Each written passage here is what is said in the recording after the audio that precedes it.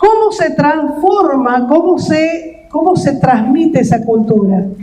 Se transmite por diversos procesos. El proceso más fácil, digamos, para transmitir la cultura y el más que se usa, digamos, no es que se usa, es que se realiza normalmente casi sin que nos demos cuenta, es el proceso de endoculturación, que es la manera en la cual una especie enseña a las generaciones más jóvenes una serie de conocimientos, valores, saberes e intereses y trata de que se apropien de eso como si fueran propios, digamos, de esta cultura. Lo que están tratando es de que las generaciones más jóvenes interpreten y adopten los modos de vida y saberes tradicionales de las generaciones más grandes. Esto comúnmente se llama educación, la endoculturación, o sea, es la transmisión de la cultura de forma endógena. Es casi lo que estamos haciendo nosotros acá. Ustedes quieren ser arquitectos, nosotros somos arquitectos como si fuésemos una familia. Nosotros somos los padres, los profesores que les estamos enseñando a ustedes hijos qué es lo que tienen que saber. Los padres les han enseñado a hablar, a caminar, a comer, a vestirse, a bañarse. Nosotros les vamos a enseñar las primeras armas de la arquitectura.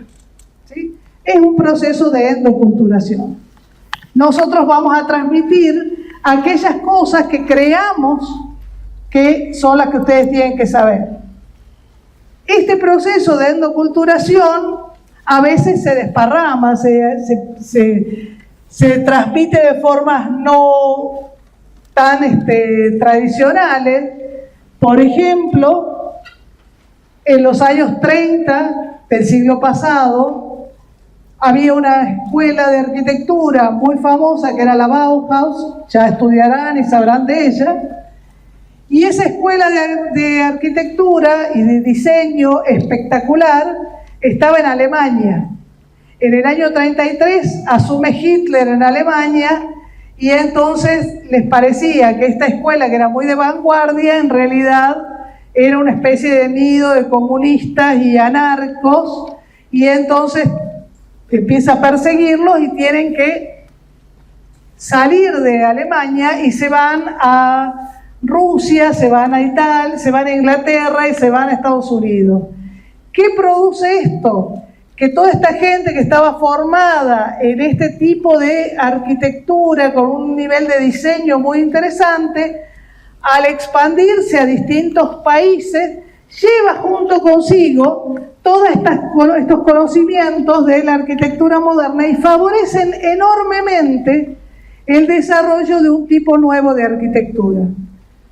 Porque por esta diáspora que se presenta justamente por la persecución política que Hitler les hace a los integrantes de la Bauhaus.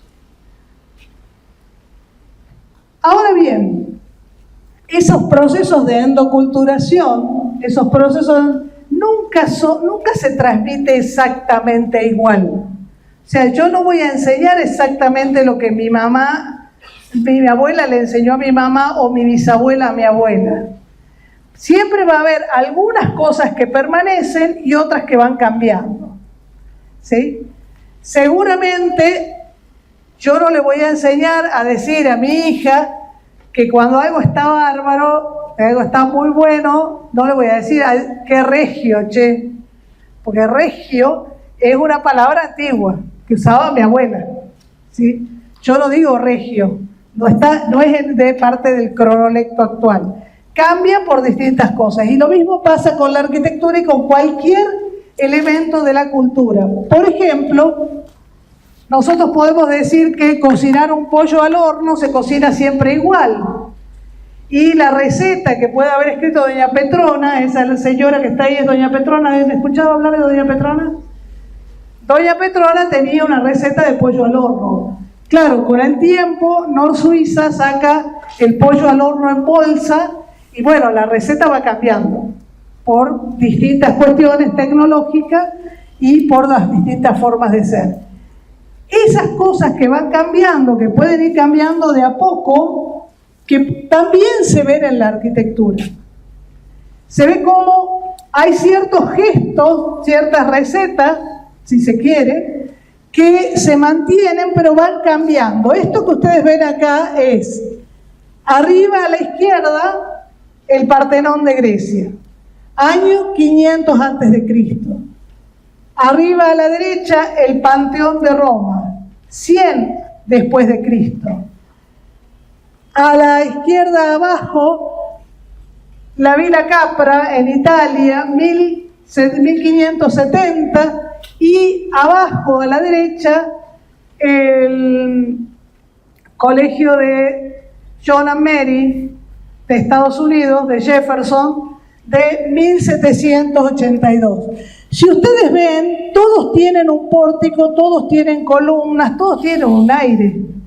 Además, se parece, sobre todo el Panteón a el de Jefferson, se parece mucho, porque lo ha tomado como referencia. O sea, hay ciertas cuestiones que se van manteniendo por endoculturación dentro de la disciplina, aunque cambien ideas. Esto que les muestro son lo que nosotros llamamos el lenguaje clásico de la arquitectura, que es algo, digamos, que es mucho más complejo que esto, pero que se va transmitiendo de generación y que ha durado, en definitiva, 2000 años. ¿Sí? Y si ustedes se ponen a ver y se fijan en el loguito del Banco Nación, van a encontrar que el logo del Banco Nación es un triangulito con 4 columnas que hace referencia a eso. Otra de lo que dice el texto que ustedes tienen es el proceso para la endoculturación o para la transmisión de conocimiento. Hay un proceso que es muy claro, que es el etnocentrismo y el eurocentrismo en particular. ¿Y qué es el etnocentrismo? Nosotros enseñamos las cosas de generación en generación, pero todos, sin excepción, tendemos a pensar que nuestra manera de enseñar o de cocinar el pollo al horno es la mejor. ¿Cuál es la mejor empanada que hay? ¿La tucumana o la salteña? Levanten la mano los salteños. ¿Hay? Uy, son poquitas y por eso no dicen nada. Bueno, los salteños seguro que piensan que la mejor es la salteña, ¿sí? En fin. Pero esa visión desde uno hace que uno haga un tipo de arquitectura en el cual se sienta conocido, la sienta propia. Cuando en el año 1830 y pico se incendió el castillo de Westminster, la abadía de Westminster, se reconstruyó el Parlamento. Y como se reconstruyó, se lo hizo así, que era en realidad un estilo gótico que había perdurado durante muchos años en Londres y en Inglaterra. Y se lo hizo así porque se creía que ese era, ¿sí?, el tipo de arquitectura que representaba a los ingleses. ¿Por qué? Porque era con lo que los ingleses se reflejaban, era su etnocentrismo, o sea, ellos se referían a ellos mismos en esos términos. El rascacielos, por ejemplo, ha sido el símbolo de la libertad y el progreso para los Estados Unidos, pero durante muchísimos años, hasta que a fines del siglo pasado, que esto es un rascacielos en un banco en Londres, el rascacielos también podía haber sido, más que símbolo de libertad, símbolo de empresa. O sea, hay ideas que se van transmitiendo continuamente justamente por estos procesos de transmisión cultural. El etnocentrismo, ¿qué otra característica tiene? Que hay culturas que son hegemónicas, hay culturas que tienen más poder por razones diversas que otras. A veces el poder es económico, a veces el poder es bélico, puede haber distintos grados de poder. Y plantean procesos de aculturación o de transculturación. ¿Qué es eso de la aculturación o la transculturación? La aculturación es tratar de que otro pueblo deje su cultura particular y le imponga, digamos, y acepte una cultura diferente. Generalmente en esos marcos, los pueblos que tratan de someter a los otros por procesos de aculturación son pueblos dominantes, son pueblos, digamos, que tratan de hacerlo por la fuerza normalmente, pero los procesos de transculturación a veces no son mucho más sutiles. Por ejemplo, el tema de que hoy nosotros estemos acostumbrados a que alguien celebre Halloween en la Argentina es un proceso derivado de un proceso de transculturación donde lo que se ha ido es, sin que sea por la fuerza, imponer por la seducción ciertos valores y costumbres culturales. Esa idea de imponer Halloween o de imponer comer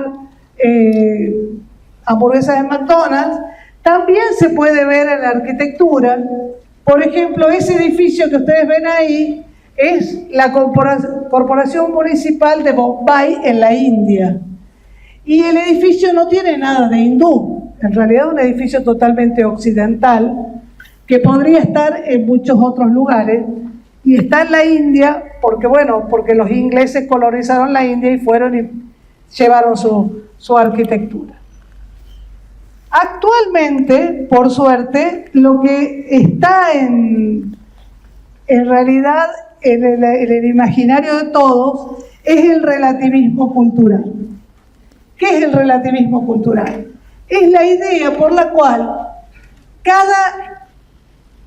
digamos, todos suponemos, todos compartimos que cada cultura es totalmente digna de respeto, ¿sí? Independientemente de qué es lo que plantee. La idea es, en verdad, de una tolerancia mucho mayor e inédita a las que había habido antes. ¿Por qué les pongo el tema de la comida? Porque en la comida incluso se ve. O sea, hoy salimos a comer tacos, sushi, salimos a comer comida peruana, o sea, la comida fusión es una cosa que ya no es la única comida posible, la empanada tucumana, ¿sí? O sea, eso que se ve en la comida, eso que se ve en muchísimos otros aspectos, también se ve en la arquitectura. O sea, en la arquitectura podemos ver distintas maneras de construir que tienen que ver con un pluralismo actual que en realidad permite de alguna manera que haya múltiples manifestaciones y eso no está visto como un disvalor, sino como un valor de la cultura actual.